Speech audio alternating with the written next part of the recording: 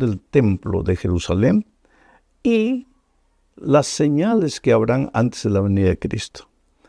El capítulo 13 de Marcos, que es el que vamos a estudiar, es paralelo con Mateo 24 y con Lucas 21, donde también se habla de las señales de la destrucción del templo y de la segunda venida de Cristo. Vamos a empezar con el primer subtítulo de la lección: 2 pequeñas monedas como ofrenda. Ya dije que Jesús, con su entrada triunfal, con la limpieza del templo de los mercaderes, derrotando a los líderes judíos en las controversias, haciéndolos pensar, hablándoles de la eternidad de su ley, el Señor Jesucristo estaba demostrando su autoridad. Ahora lo vemos nuevamente en el templo, pero en el templo observando la actitud de los adoradores. Tú sabes que el Señor Jesucristo, cuando tú vas a la iglesia, tú no lo ves lógico, pero Él, en la persona de su Espíritu Santo, está moviéndose ahí entre los bancos. A veces tú ni te das cuenta de que Él está sentado a tu lado, observando tu actitud. Al Señor Jesucristo le gusta encontrar gente con el corazón sincero que va a la iglesia a adorar, va a la iglesia a aprender, va a la iglesia a alabar el nombre de Dios y va a la iglesia a depender del poder de Dios, porque, queridos, no somos nada, dependemos del Señor Jesucristo para todo. Entonces Jesús había entrado al templo y estaba observando a los adoradores. Ahí llegó el momento de las ofrendas y las personas comenzaron a dar sus ofrendas. Leo lo que dice Marcos 12, 41 al 44. Todavía no entramos al 13, de aquí a poco entramos al 13. Dice así el texto: Estando Jesús sentado delante del arca de la ofrenda, miraba cómo el pueblo echaba dinero en el arca. Y muchos ricos echaban mucho. Y vino una viuda pobre y echó 2 blancas, o sea, un cuadrante. Entonces, llamando a sus discípulos, les dijo: De cierto os digo que esta viuda pobre echó más que todos los que han echado en el arca, porque todos han echado de lo que les sobra, pero ésta de su pobreza echó todo lo que tenía, todo su sustento. La lección que aprendemos de estas palabras del Señor Jesucristo es que el valor de una ofrenda no se mide por la cantidad, se mide por la actitud. Ellos dieron de su abundancia, pero lo que sobraba de su abundancia. Ella dio de su pobreza, pero no le quedó nada. Ahora, esto no quiere decir que tú tienes que dar todo lo que tienes de ofrenda a Dios, no. Él te da sabiduría para saber equilibrarlo. La lección que Él quiere enseñarnos es: ¿hasta qué punto el Señor Jesús es tu prioridad? ¿Hasta qué punto las cosas divinas son tu prioridad? ¿Eres fiel en devolverle a Dios lo que es de Dios? ¿Eres generoso cuando llevas tus ofrendas para algún proyecto especial? El Señor está atento a tu actitud. Vuelvo a repetir, en esta ocasión el Señor estaba observando todo, mirando todo. Ahora, tú puedes decir: pastor, pero el problema es que yo no confío en los seres humanos. Yo encuentro en mi vida eso. Muchas veces gente que me dice: pastor, yo no confío en la administración, yo no confío en los líderes. Yo te digo una cosa. Los líderes de la iglesia en los tiempos en que el Señor Jesús dijo estas cosas, eran líderes maravillosos, santos. ¿Eran? No. Caifás, Anás, líderes corruptos, líderes mentirosos, líderes falsos, hipócritas, criticones. Y la mujer dio todo lo que podía dar. Y Jesús la incentivó. El Señor Jesús en ningún momento dijo: porque has visto que se malversan fondos, ya tú no debes ser fiel a Dios. No, en ningún momento. Esta es una lección que tenemos que aprender y aplicar en nuestra experiencia. La segunda parte de este estudio nos lleva ya a la profecía de la destrucción del templo y el fin del mundo. El templo era una construcción extraordinaria, majestuosa. Flavio Josefo dice que cada columna, y habían 162 pilares en la construcción del templo de la ciudad. Flavio Josefo, historiador judío, dice que 3 hombres así abrazados, solo 3 hombres juntos podían abrazar una de las columnas. Mira el espesor de las columnas. Era un templo inexpugnable. Y sin embargo el Señor Jesucristo dijo que todo eso sería destruido. Leo Marcos capítulo 3, versículos 1 al 4. Mira. Saliendo Jesús del templo, le dijo uno de sus discípulos: Maestro, mira qué piedras y qué edificios. Jesús respondiendo le dijo: ¿Ves estos grandes edificios? No quedará piedra sobre piedra que no sea derribada. Y se sentó en el monte de los olivos frente al templo. Y Pedro, Jacobo, Juan y Andrés le preguntaron aparte: Dinos, ¿cuándo serán estas cosas? ¿Y qué señal habrá cuando todas estas cosas hayan de cumplirse? ¿Cuándo será? Ahora, ese cuándo será, y como en el capítulo 13, y sucede también en el capítulo 24 de Mateo, se habla de la destrucción del templo y al mismo tiempo se habla del fin del mundo, o sea, de la segunda venida de Cristo. A veces no se sabe cuándo una señal se aplica a la destrucción del templo literal y cuándo se aplica a la segunda venida de Cristo. Y esto crea a veces un poco de confusión. Pero delante de esta pregunta de cuándo será la destrucción del templo, Jesús no se detiene a hablar de detalles periféricos, sino que Él habla de las pruebas que vendrán a los discípulos. Él no se concentra en las señales, sino en las dificultades que sus discípulos enfrentarán. Y sabes, querido, cuando hablamos de la segunda venida de Cristo, en lugar de estar preocupados en descubrir la fecha, la hora en que Jesús va a venir, deberíamos estar preocupados en buscar al Señor Jesucristo todos los días, para que frente a la persecución, a las dificultades que vengan, nuestra fe no disminuya. Porque te digo una cosa, estar preocupado en descubrir cuándo Jesús va a volver no te ayuda a crecer espiritualmente. Tú dirás, sí me ayuda. No, lo que te despierta es miedo.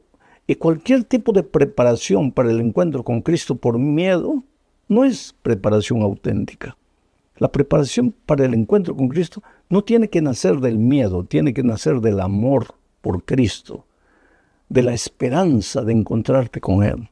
Por eso el Señor Jesucristo no se detuvo mucho a hablar de señales. Él se concentra en las dificultades que su pueblo enfrentará y en cómo ellos deben prepararse para enfrentar las dificultades que vienen. Mira lo que les dijo en el versículo 9. Pero mirad por vosotros mismos, porque os entregarán a los concilios y en las sinagogas os azotarán, y delante de gobernadores y de reyes os llevarán por causa de mí, para testimonio de ellos.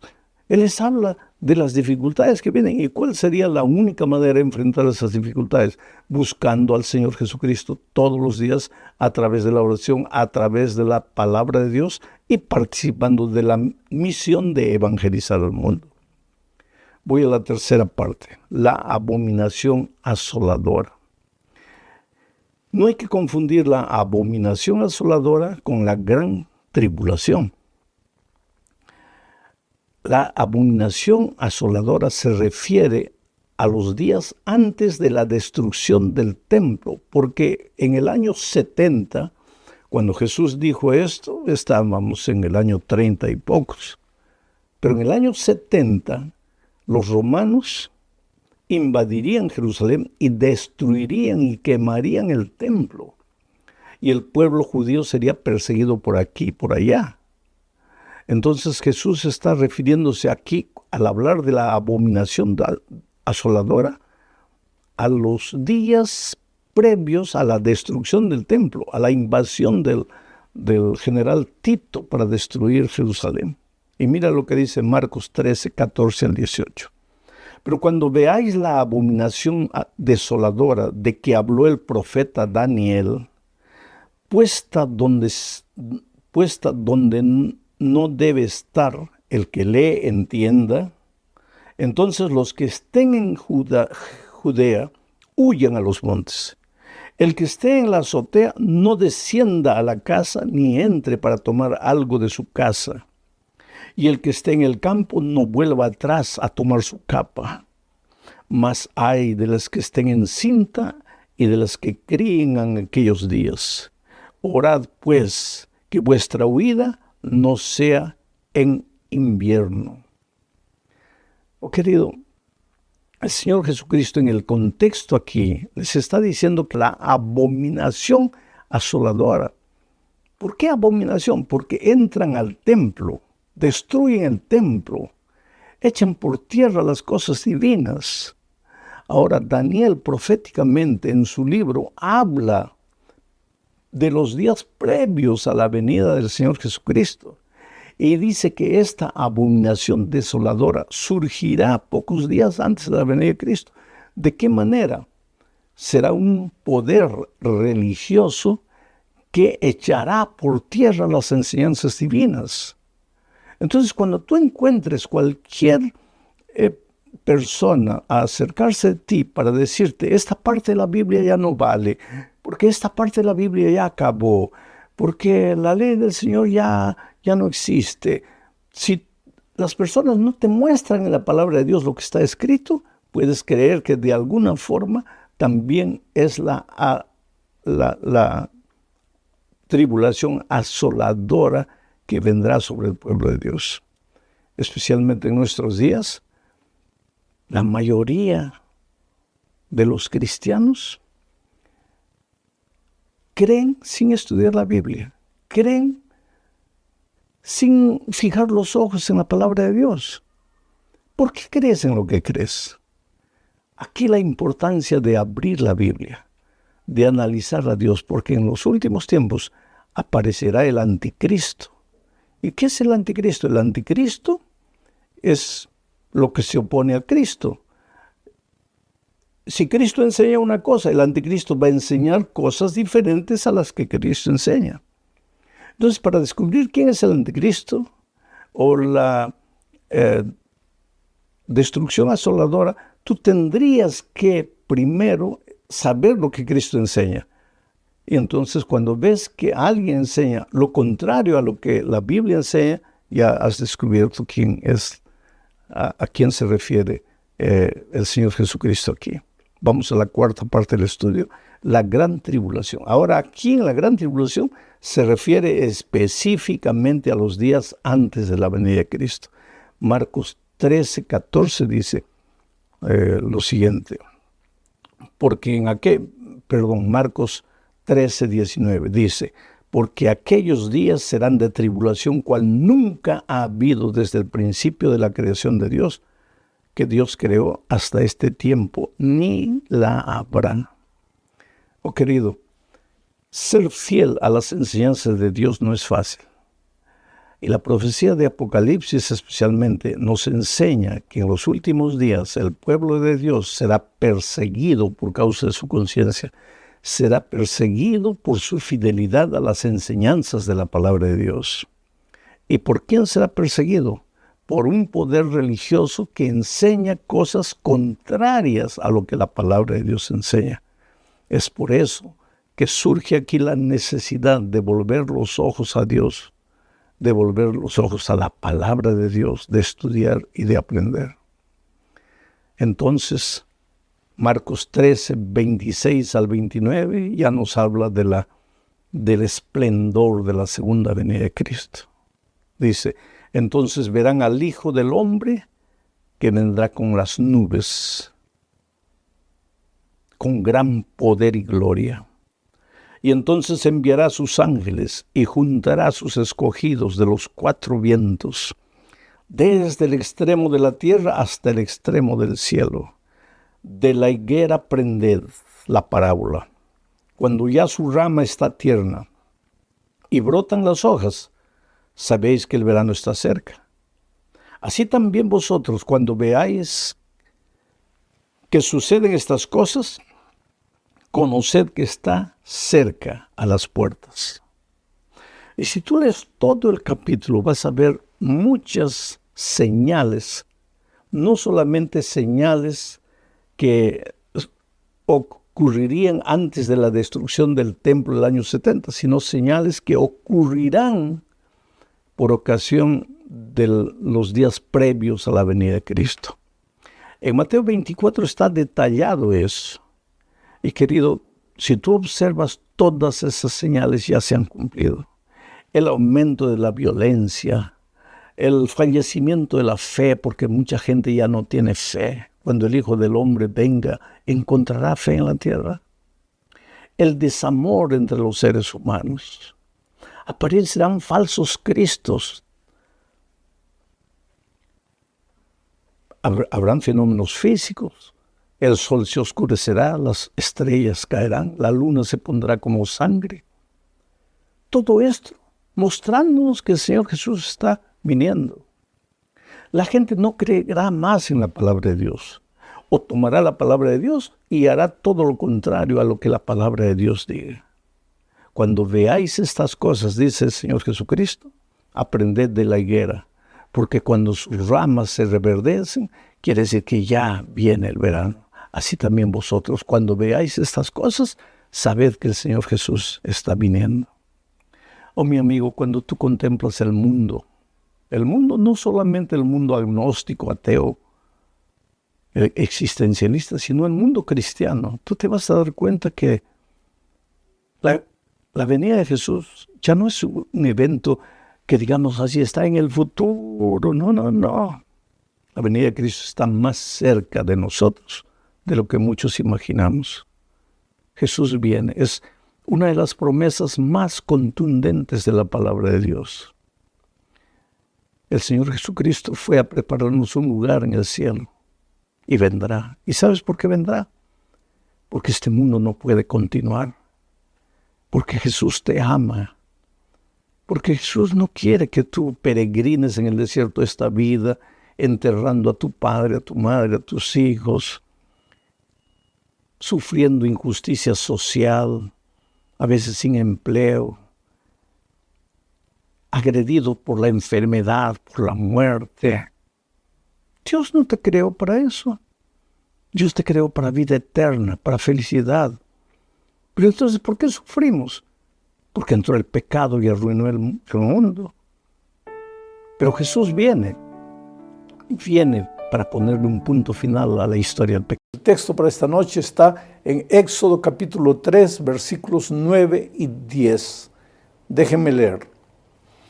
El clamor, pues, de los hijos de Israel ha venido delante de mí. Y también he visto la opresión con que los egipcios los oprimen. Ven, por tanto, ahora y te enviaré a Faraón para que saques de Egipto a mi pueblo, los hijos de Israel.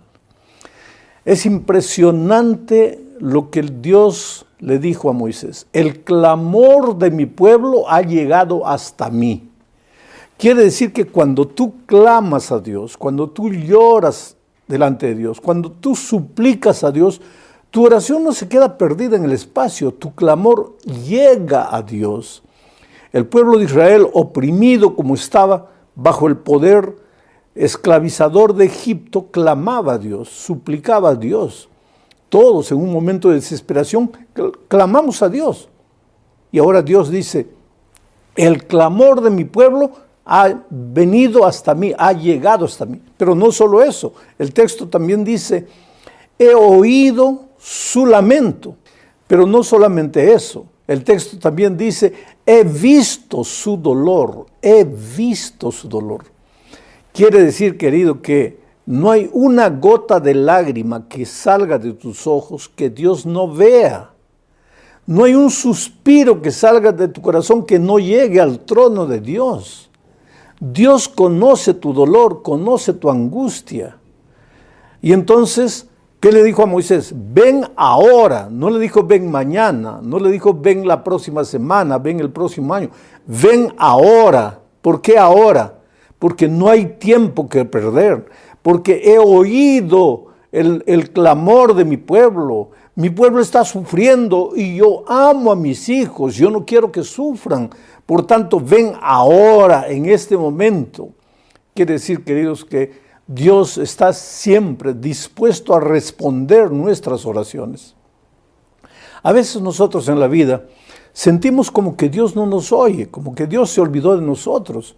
Oramos, oramos, oramos y parece que nada sucede, nada cambia, la situación siempre sigue siendo la misma.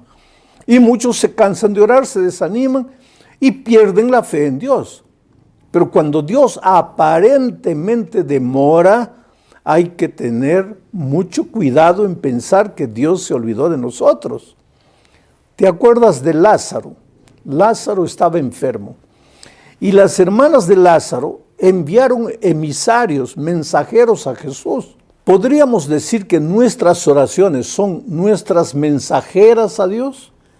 ¿Que nuestras oraciones, nuestros clamores son nuestros emisarios a Dios para decirle lo que estamos sufriendo?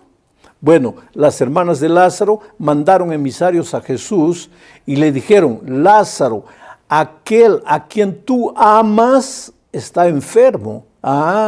Quiere decir que las personas a quien Dios ama también se enferman. Las personas a quien Dios ama también pasan por dificultades, también pierden el empleo, también pasan por momentos dolorosos. Los emisarios le dijeron a Jesús, Lázaro, aquel a quien tú amas está enfermo.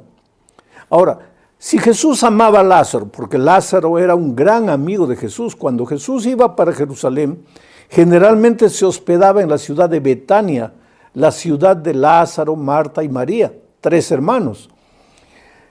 Y Betania estaba a 5 kilómetros de la ciudad de Jerusalén. O sea, Jesús solo necesitaba menos de 1 hora de camino, llegaba ahí y se hospedaba en Betania. Lázaro era su amigo.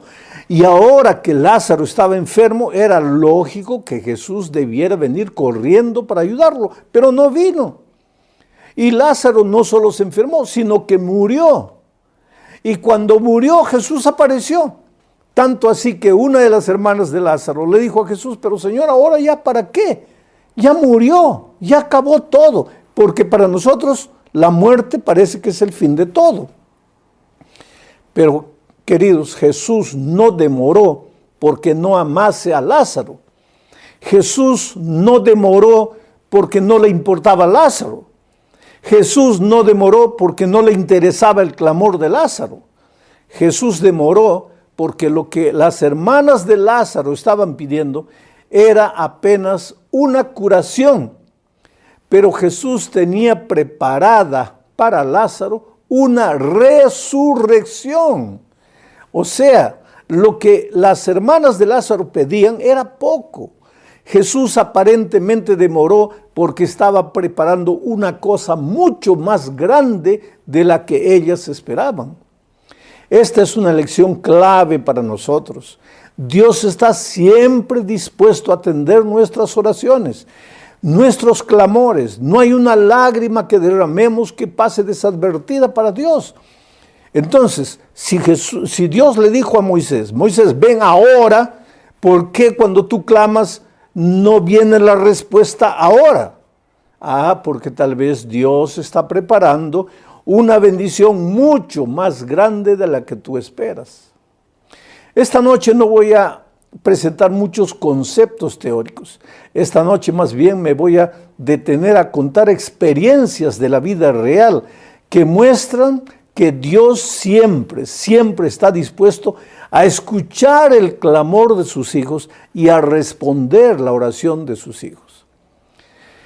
Nosotros, querido, vivimos en un mundo de dificultades y de problemas. Muchos en este momento tienen un clamor que nace del corazón en el aspecto financiero, en la vida financiera. A veces, por más que te esfuerzas para que las cosas te salgan bien, no te salen bien.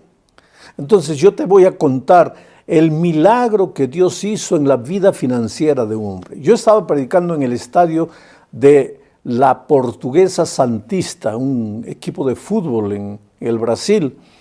Y cuando salí de la predicación, mi carro estaba en la playa de estacionamiento, vi que un hombre venía corriendo atrás de mí.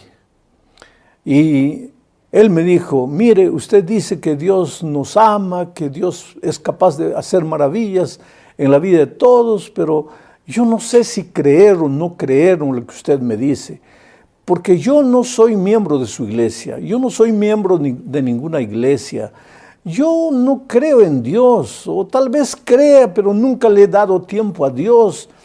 He sido un hombre muy rico, he tenido mucho dinero. Me dijo, aquí en San Pablo yo tuve una cadena de tiendas que vendían neumáticos para carros. Y yo tenía mucho dinero, tenía muchos empleados. Y pues cuando uno tiene dinero, ¿para qué Dios? Yo tuve la cantidad de mujeres que quise, fui infiel a mi familia. Por causa del dinero me volví orgulloso, prepotente, maltraté a una esposa, me divorcié, me casé con otra, la maltraté, me divorcié, me casé con 3 mujeres, tuve hijos con las 3, maltraté a mis hijos. Pues yo me sentía un pequeño Dios porque tenía dinero. Y como tenía mucho dinero, me iba a Estados Unidos a jugar miles y miles de dólares ahí en los casinos de Las Vegas. Tenía dinero, pensaba que ese dinero me iba a durar para siempre. Pero hoy día estoy en la miseria, no tengo nada.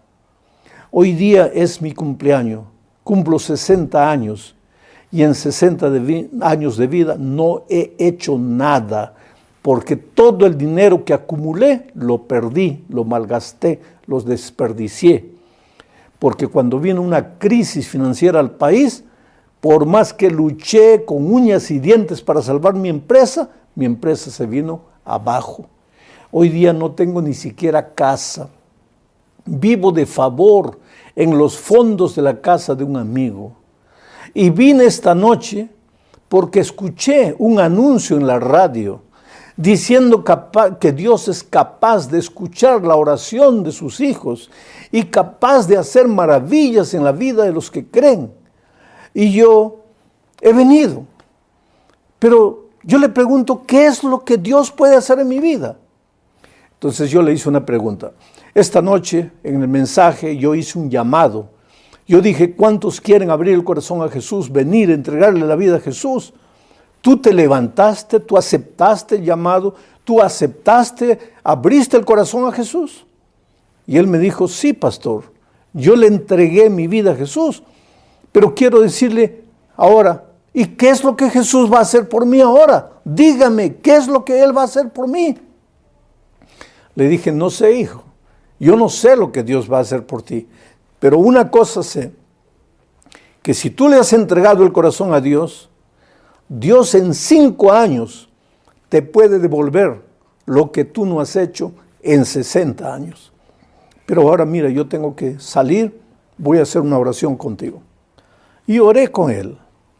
Y pasaron muchos años. 1, 2, 3, 4, 5 años. Yo estaba un día en la ciudad de Orlando haciendo una campaña evangelística en el centro de convenciones. Cuando terminé de predicar, salí por la parte trasera del auditorio y estaba caminando al hotel, porque estaba el hotel a 100 metros del centro de convenciones. Y cuando estoy caminando para allá, siento que un hombre alto, fornido, corre atrás de mí. Y cuando llega cerca me abraza, pero me abraza así fuerte y el hombre lloraba.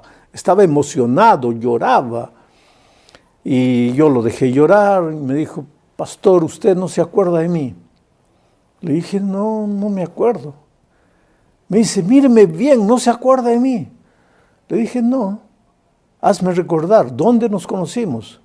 Y él me dijo, pastor, en San Pablo, en el estadio de la Portuguesa, ¿se acuerda de mí? Yo soy el empresario que tuvo mucho dinero y que cuando hablé con usted había perdido todo, estaba fracasado, no tenía nada.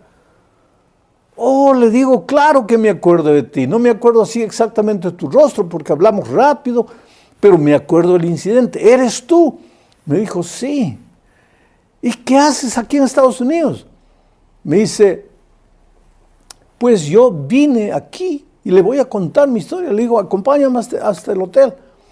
Y me fue contando la historia. Me dice, aquella noche cuando usted hizo una oración conmigo y se fue, yo me quedé pensando, ¿qué es lo que Dios va a hacer por mí? Estaba parado, la gente saliendo, y de repente me acerqué a un hombre y le pregunté, ¿de qué iglesia es esta reunión? Porque yo no sabía ni de qué iglesia era. Y él me dijo, ¿cómo? ¿Quién te trajo aquí? No, nadie. ¿Y cómo viniste aquí? Porque escuché un anuncio en la radio. Y él me preguntó, ¿tú no sabes de qué iglesia es esto? Esto es de la iglesia adventista. ¿Tú eres adventista? No, yo no sé nada. Y él le dijo, entonces, tienes que estudiar la palabra de Dios. Y yo me ofrezco para estudiar la Biblia contigo. Y fue así, pastor, que él empezó a estudiar la Biblia conmigo. Y 3 meses después entendí, al leer Marcos 16:16, que el que creyere y fuere bautizado, este será salvo. Quiere decir, no basta creer, hay que ser bautizado. Yo creí todo lo que estaba estudiando en la palabra de Dios con ese amigo, pero cuando llegó el momento del bautismo me bauticé.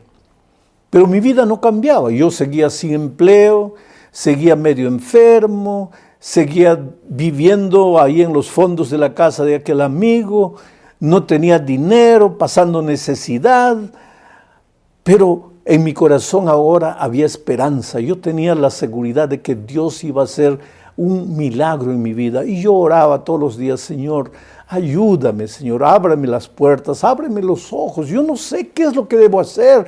He gastado todo en mi vida, ya tengo 60 años de edad, un hombre con mi edad, ¿qué es lo que va a hacer? Y un día, pastor, me vino la idea de venirme a los Estados Unidos. Y como yo tenía pasaporte, porque cuando tenía dinero me iba a Las Vegas a jugar, como tenía la visa, me vine aquí. Y aquí, pastor, llegué a este país con $200 en el bolsillo. ¿Para qué alcanza $200 en los Estados Unidos? En menos de una semana acabé el dinero. Pastor, literalmente comí basura para poder sobrevivir. Literalmente comí basura. Pero todos los días levantaba los ojos al cielo, de tarde, de mañana, en la noche. Señor, muéstrame la salida, muéstrame el camino. Ya no estoy solo, tú estás conmigo. Pastor, pasaba necesidad, pero ya no me sentía solo. Y le digo literalmente comí basura, porque un día recogiendo la basura de un restaurante para comer, buscando comida ahí, el gerente me vio, me llamó adentro, me dio de comer. Entonces le dije, muchas gracias. Cuando terminé, él me dijo, no, gracias no, ya comiste, tienes que pagar. Sí, pero es que yo no tengo dinero. Sí, pero comiste o no. Sí, pero es que usted me dio, yo no le pedí, yo no tengo cómo pagarle. Entonces el hombre me dijo, no importa, toma ese balde, ese trapo, esa escoba, vas a limpiar el piso, pero tienes que pagar porque comiste. Bueno, cuando terminé de limpiar todo, le dije, bueno, muchas gracias, ahora sí ya me voy, ya pagué. Él dijo, no, ¿qué pagaste? ¿Qué pagaste? Tú trabajaste y todo trabajador merece su pago. Y agarró unos billetes y me colocó en la mano. Cuando salí afuera tenía $40 en la mano. Los primeros $40 que gané. Oh, pastor, yo le digo, han pasado 5 años. Yo no tengo empleo. Le digo, pero sin empleo, ¿cómo vives aquí? Aquí nadie vive sin empleo. Y él sonrió y me dijo, ¿sabe por qué no tengo empleo? Porque yo soy dueño de mi propia empresa aquí en los Estados Unidos. Una empresa de limpieza, gano mucho dinero, he comprado una casa, tengo carros de mi empresa, tengo equipo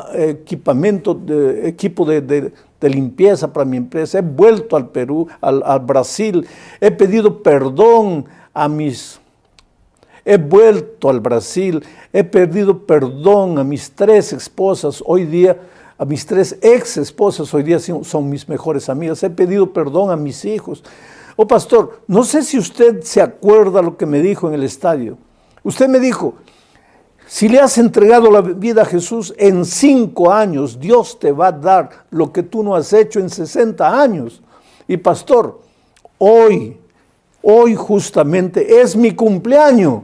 La vez que hablé con usted también era mi cumpleaños. Y hoy estoy cumpliendo 65 años. Y Dios me ha dado todo lo que yo había perdido. Entonces, Dios, yo confío en mi Dios. Mi Dios fue capaz de hacer maravillas en la vida. Y cuéntenle a las personas que Dios también puede hacer maravillas en la vida de ellas. Entonces, querido, aquí está el ejemplo de un hombre en cuya vida se manifestó lo que hemos estudiado en el texto de hoy, que dijo, Dios oyó el clamor de su pueblo. Dios oyó el clamor de sus hijos. Dios está siempre listo a escuchar tu clamor. Ahora, todos quisiéramos que Dios hiciese este tipo de maravilla que hizo en la vida de este hombre, pero es que Dios hace ese tipo de maravillas. En este hombre fue de esa manera, en la vida del otro es de otra manera, en la vida del otro es de otra manera. Nunca te atrevas a dudar del poder de Dios. Yo leo en la Biblia que un día Elías estaba muriendo de hambre y Dios le mandó un cuervo trayéndole carne. Dios es capaz de traer esta noche un cuervo trayendo en su pico $1,000 para resolver tus problemas. Dios es Dios.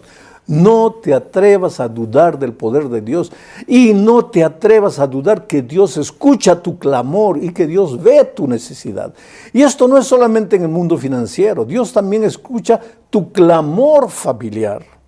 Te voy a contar otra historia. Estaba predicando en un estadio también en Brasil hace algunos años atrás y yo no sabía que Dios esa semana estaba haciendo maravillas. Esta misma semana, Dios está haciendo milagros y maravillas en todos los rincones, en todos los estados de este grande país de México. Allá en Brasil, un año después, me enteré de la conversión de un hombre rico, ingeniero de dibujos de la Fiat Automóviles. Los nuevos modelos de carros Fiat nacían en la cabeza de este hombre. Ganaba mucho dinero, tenía un buen empleo. Vivía bien en un barrio noble de la ciudad, pero era un hombre infeliz, un pobre alcohólico. Él decía que no era alcohólico, él decía que era un bebedor social. La verdad es que no había día que no bebía. Él bebía de mañana, en la noche. Nunca bebía de caerse en el suelo, pero bebía. Llegaba ebrio a la casa, agredía físicamente a la esposa, agredía moralmente, emocionalmente a la esposa, a los hijos. Era un hombre duro. El dinero a veces hace prepotente al ser humano, lo hace orgulloso. Este hombre era infeliz. Un sábado de noche golpeó a su esposa y salió a la calle. Estaba caminando por la calle para enfriar la cabeza, sintiendo en su corazón que él no valía para nada. Él decía a sí mismo, soy una basura, no valgo nada. ¿De qué vale todo el dinero que tengo? ¿De qué vale todo lo que conquisté en la vida? Su esposa había sido reina de belleza cuando joven. Él arruinó la vida de esa mujer. Era una mujer infeliz que estaba siendo acabada emocionalmente. Y de repente, cuando el hombre estaba caminando en la calle, vio mucha gente atravesando la calle y preguntó qué hay. Toda la gente iba en dirección al estadio. Y alguien le dijo, es que hay un predicador que está predicando aquí. Y él siempre tuvo curiosidad, ¿qué es que los predicadores hablan? Y como esa noche no estaba haciendo nada, entró. Y él me contó un año después, pastor, yo estaba escuchando ahí, solo por curiosidad, y de repente usted dijo así, tú eres un hombre a quien Dios ha bendecido. Tienes dinero, tienes un buen empleo, una buena familia, pero lo estás destruyendo todo por causa del vicio que está destruyendo tu vida. Y ahí me paré. Pensé, ¿qué? Porque usted estaba hablando de mí. Y a partir de ahí, usted comenzó a describir mi vida como si usted me conociera.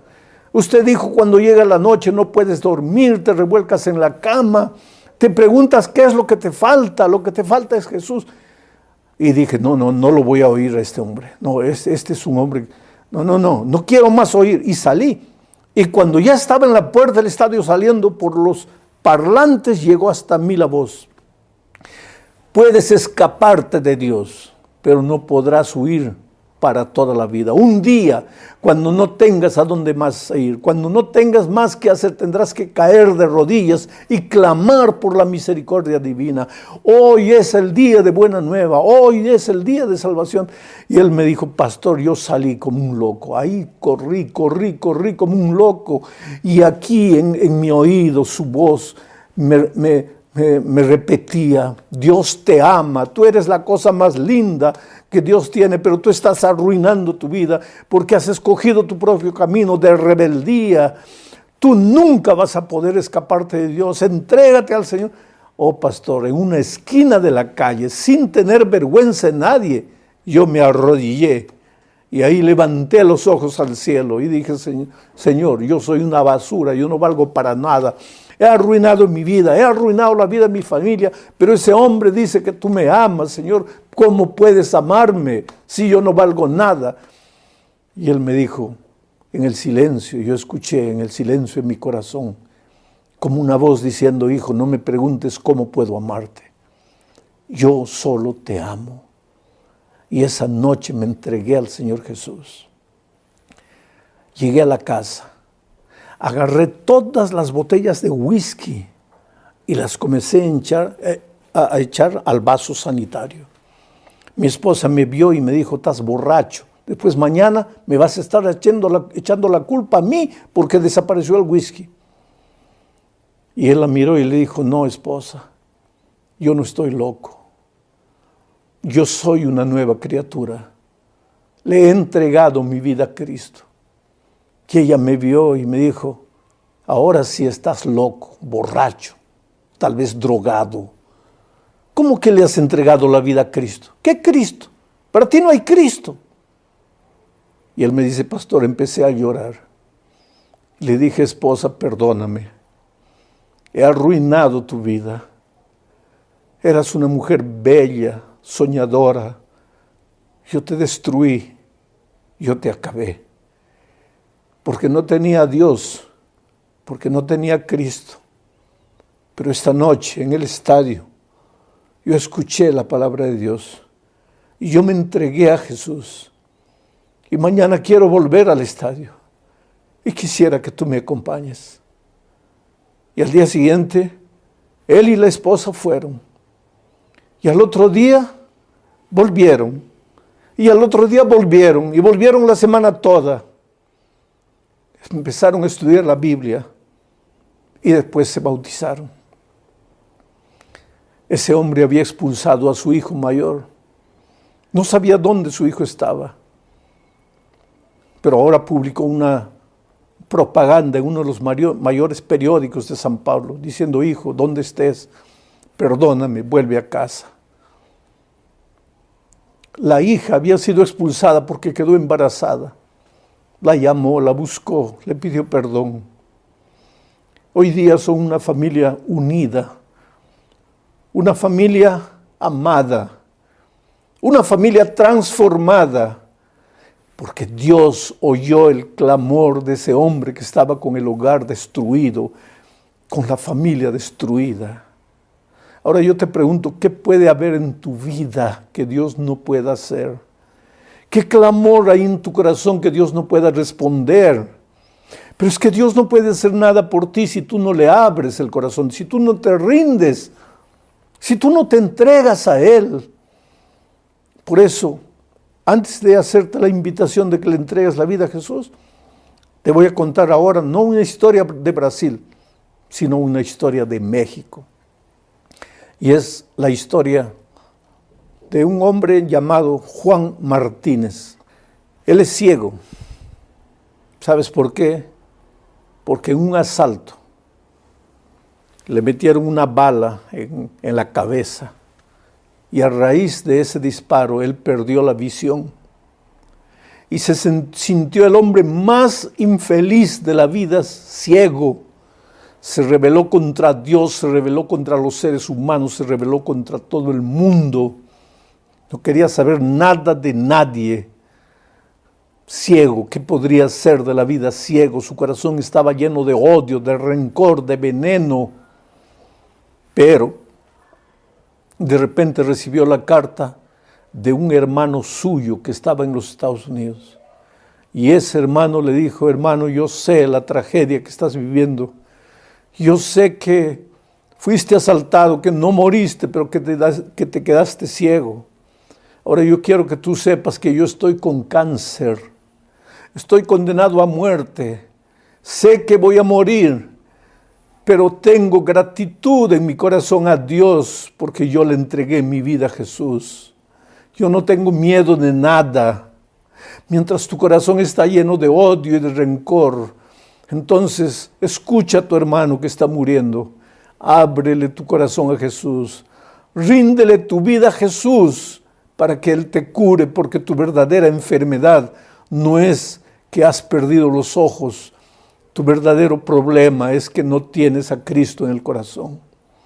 Y él comenzó a estudiar la Biblia con el método Braille y de repente conoció a otra joven, también ciega, que por coincidencia era adventista. Y juntos empezaron a estudiar la Biblia. Y hoy día él está bautizado porque le entregó el corazón a Jesús. Dios no le devolvió la visión, pero Dios lo curó de